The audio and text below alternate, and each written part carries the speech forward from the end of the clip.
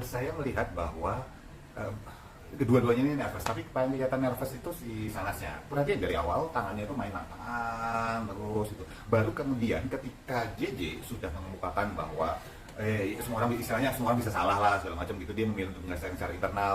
Baru gerakannya nggak banyak, baru agak berkurang gitu. Tandanya dia sudah mulai align, sudah mulai bisa ngatasin nervousnya dia. Ketika JJ sudah ngomong seperti itu. Sepertinya agak penuh kekhawatiran tentang apa yang akan diucapkan oleh JJ gitu ya. Nah, menariknya adalah ketika Sanasnya yang ngomong, ketika bilang JJ sudah memilih menyelesaikan di dalam, kemudian harus introspeksi masing-masing dan sebagainya. Kalau kita perhatikan ketika Sanas bicara gitu tentang bahwa dia memang salah segala macam, kalau kita perhatikan kita tutup nih wajah, kan ada wajah bagian atas, wajah bagian bawah. Wajah bagian bawah ketika dia ngomong dia menyesal, dia nggak bersyukur, punya keluarga yang begini, punya suami yang baik dan sebagainya. Itu ada banyak dalam prosesnya itu dia tarikan garisnya itu ke arah atas. Ini adalah bentuk senyum tertahan gitu.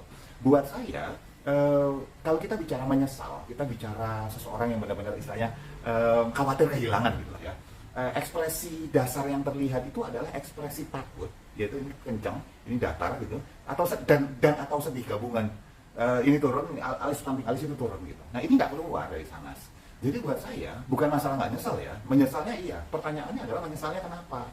Seringkali saya bilang orang menyesal tuh bisa menyesal karena memang dia menyadari kesalahannya, oh, gue salahnya kok khilaf gitu ya. Tapi juga bisa menyesal karena ketahuan kan gitu ya. Ya sehingga kata-kata yang keluar itu adalah self defense. Kalau kita bicara psikologi, itu adalah metode pertahanan diri untuk mengatasi ketidaknyamanan yang sedang terjadi. Ketidaknyamanannya kenapa? Karena ketahuan tadi. Dan harus berhadapan dengan publik, harus berhadapan dengan keluarga, harus berhadapan dengan pasangan sebagai konsekuensi dari tindakan dia. Nah, saya lebih melihat itu yang keluar dari sisi sana sekarang, self defense yang keluar. Ya, nggak salah, itu semua orang seperti itu pada dasarnya. Nah, kemudian ketika membicarakan kesalahannya, banyak kata-kata Sanas itu indirect, nggak langsung. Bukan kata-kata saya salah, saya ngaku salah karena saya telah misalnya katakanlah melanggar komitmen, tidak melanggar kepercayaan misalnya, tapi kan enggak. Kata-katanya ya saya mungkin melakukan kesalahan, khilaf dan sebagainya kayak gitu. Ada kata mungkin gitu, ada itu masih kata-kata berjarak gitu lah, distant language. Jadi dia masih tanda petik belum mau benar-benar 100% mengakui bahwa dia terlibat di dalamnya, mengakui tanggung jawabnya. Sementara kalau orang beneran mau insaf, sekali lagi ya, menyesal dan insaf itu dua hal yang berbeda loh. Belum tentu sama nih, dua hal yang belum tentu sama. Menyesal ya, bisa dilakukan lagi, mungkin aja.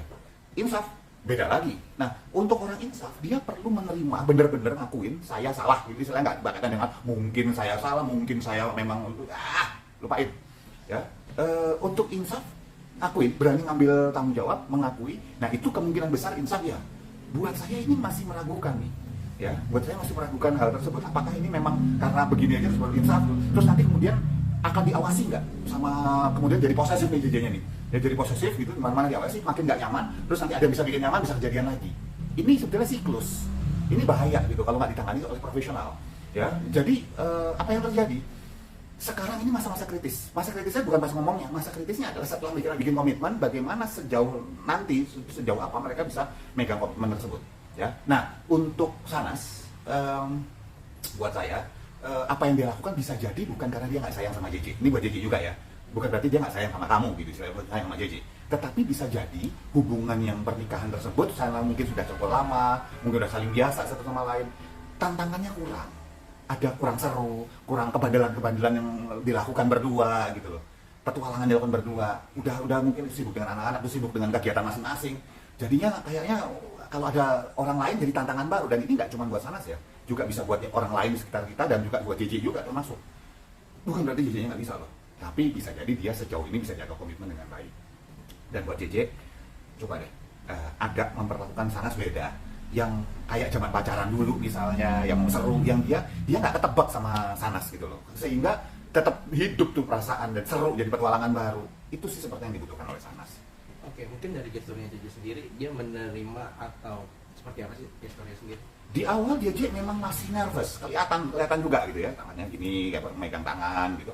Nah, tetapi ketika dia udah jalan, dia udah mulai santai, stabil, terus kemudian dia lempar ke sana. Begitu balik lagi kalau kita perhatikan ada tarikan senyum di sini, terus ngeliatin sana, terus narik nafas, lega. Nah, buat saya ini adalah dia merasa sudah selesai nih, udah lepas, sudah selesai, ya gitu. Tapi tunggu dulu, Ya, kalau ini tidak diikuti nanti dengan hal-hal baru dalam pernikahan, petualangan baru, saya nggak bilang bisa terulang lagi, tapi resikonya besar. Mudah-mudahan tidak, saya mendoakan supaya aman-aman aja gitu.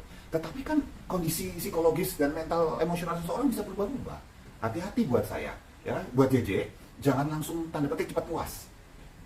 Karena it takes two for tango. Kalau misalnya ada orang yang berselingkuh, misalnya having an affair gitu ya, berselingkuh, ini bukan berarti bahwa yang selingkuh salah, iya, tapi nggak berhenti di situ. Yang satunya, pasangannya juga perlu introspektif gitu loh, ke dalam diri sendiri. Mungkin dia kurang bisa ngidupin suasana, mungkin kurang bisa ngajak petualangan baru, mungkin juga bisa karena terlalu ini dan itu gitu misalnya. Bukan, sekali lagi ya, kalau garis bawah ini, netizen semuanya juga, bukan berarti salah, enggak, saya nggak bicara salah benar. Yang salah tetap yang melanggar komitmen, sepakat dulu ya. Tetapi bahwa kemudian pasangannya juga berpartisipasi dalam prosesnya, itu yang perlu dibicarain, itu yang perlu didiskusiin, itu yang perlu dikerjain berdua, PR berdua, bukan cuma satu orang. Berarti ada dari gestur JJ ada rasa memaafkan ya untuk sana sendiri. Terlihat bahwa JJ tanda petik yang saya bilang lega ya, artinya dia sudah berusaha minimal memaafkan. Apakah bisa 100%? Jawabannya tidak akan 100%. Pasti ada trauma di situ, pasti ya. Dan itu apa bisa hilang dalam hitungan hari? Nggak mungkin itu hilang dari trauma itu hitungan hari. Bisa bulan, bisa tahun. Pertanyaannya, sudah siap nggak kemudian ngobrol berdua lebih lanjut? Bukan masalah memaafkan, tetapi ke depannya komitmen apa yang mau dibangun, petualangan apa yang mau dijalanin bareng, diskusi apa yang mau dilakukan secara berkala, kurang lebih kayak gitu. Mas, tapi dia bilang pada saat di ini kan dia bilang katanya dia akan menjaga nama baik Shahnaz, terus dia bilang katanya namanya hubungan itu pasti akan ada pasang surutnya. Itu maksudnya dalam itunya mesti gimana sih, Mas? Buat saya kata-kata JJ bagus ya, tetapi itu adalah kata-kata yang dimaksudkan untuk publik. Kita bicara citra ya, kata-kata bahwa saya akan berusaha untuk menjaga istri saya gitu ya. Orang yang saya hormati, itu ibu adalah yang melahirkan saya dan melahirkan anak saya segala macam. Gini deh, potong itu semua. Ya, kalau itu dipotong semua, kan poin dari pembicaraan mereka berdua adalah Shahnaz saya maafin, ya. Shahnaz ngomong mau minta maaf, ya minta maaf, selesai. Kan cuma itu sebetulnya. Yang lainnya kan cuma buih, cuman untuk jaga citra mereka. Udah deh, gini loh, mereka selebritis, mereka public figure. Pencitraan adalah bagian dari hidup mereka, gitu aja. Ya, kata-kata itu bagus, kata-katanya itu benar dan bagus. Saya bawain ya, benar dan bagus. Tapi kalau ditanya, apakah serius, bisa jadi serius, tapi juga nggak harus diucapkan sebetulnya. Selain untuk memperindah konferensi itu, kan gitu simpelnya. Kan sebetulnya kalau mau tinggal buka sama saya aja, ini istri saya Shahnaz, sehubungan dengan apa yang terjadi sekarang, kami sudah selesai internal, saya maafin istri saya ngomong, terima kasih, gitu. Nggak sampai 2 menit sebetulnya. Tapi kan perlu belok-belok dulu, jadi indah, sehingga orang ngelihat bisa berkomentar baik. Wih, pemaaf sekali. Wih, dimaafin, beruntung yang punya suami seperti itu. Wah, Shahnaz semoga menjadi lebih baik ya, sehingga citra mereka baik, endorsement naik lagi, gitu. Mas, tapi Shahnaz juga menyebut bahwa dia minta maaf gitu ya, Mas, dalam percakapan itu ya. Apakah kalau dalam analisis itu sendiri, apakah permintaan maafnya itu benar menyesal atau seperti apa sih, Mas, kalau dari permintaan maaf yang bisa dikatakan tulus, berani bertanggung jawab, mengakui dan benar-benar minta maaf, itu syaratnya 3. 1, siapa yang minta maaf? Dalam hal ini Shahnaz, saya minta maaf, itu saya ya. Nomor 2, pada siapa minta maaf? Jelas nggak pada siapa? Suaminya? Ya, oke. 3, kenapa dia minta maaf? Disebutin nggak? Enggak. Ya, dia minta maaf untuk kesalahan. Jadi saya nggak bersyukur, malah belok-belok ke sana kemari. Jadi 1 dari 3 syarat permintaan maaf yang tulus nggak disebutkan. Kenapa? Bisa jadi tadi karena citra. Kedua, kemudian masih merasa nggak enak, gengsi dan sebagainya. Dan tapi kan itu artinya bahwa nggak bisa lepas, nggak bisa ninggalin. Kalau memang benar-benar mau ninggalin sesuatu di belakang, mau selesai, sebutin dong. Minta maaf kenapa? Ini enggak. Kira-kira tulis nggak? Oke. Mungkin terakhir, Mas, kesimpulan dari ini. Kesimpulan? Ya. Oke.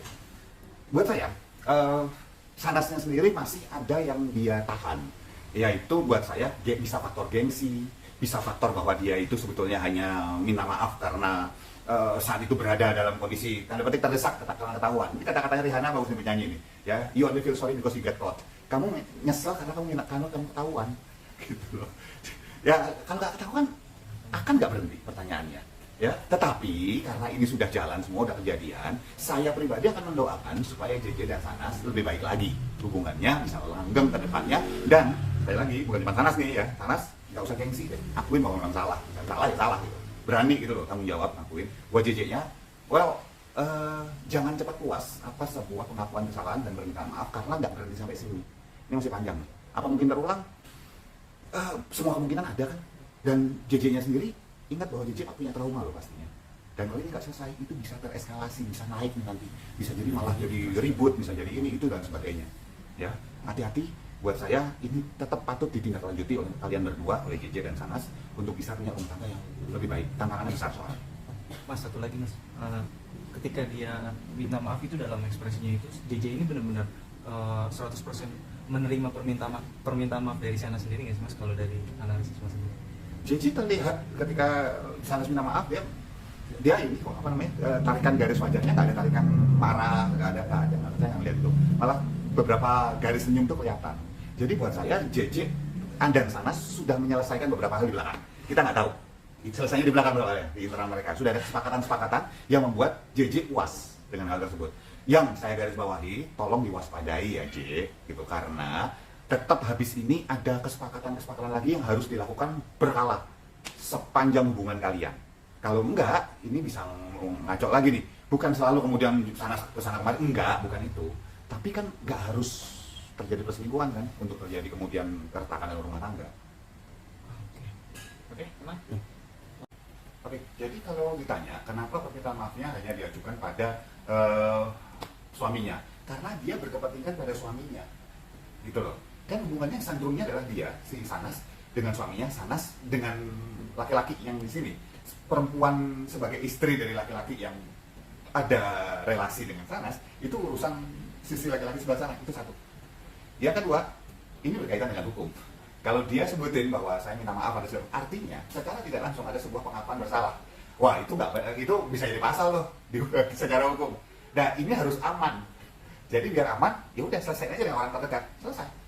Jadi relasinya aman, secara hukum dengan pihak lain itu juga masih aman, nggak ada pengakuan langsung. Makanya kata-katanya bersayap, nggak secara direct yang disebutkan. Ya, jadi itu aman secara hukum, dan satu lagi tetap jaga citra. Ya kalau dibilang itu benar-benar sebuah keluarga gitu ya, relasi, hubungan sekelilingnya juga penuh drama. Ya capek, itu capek. Dan mungkin mereka menikmatinya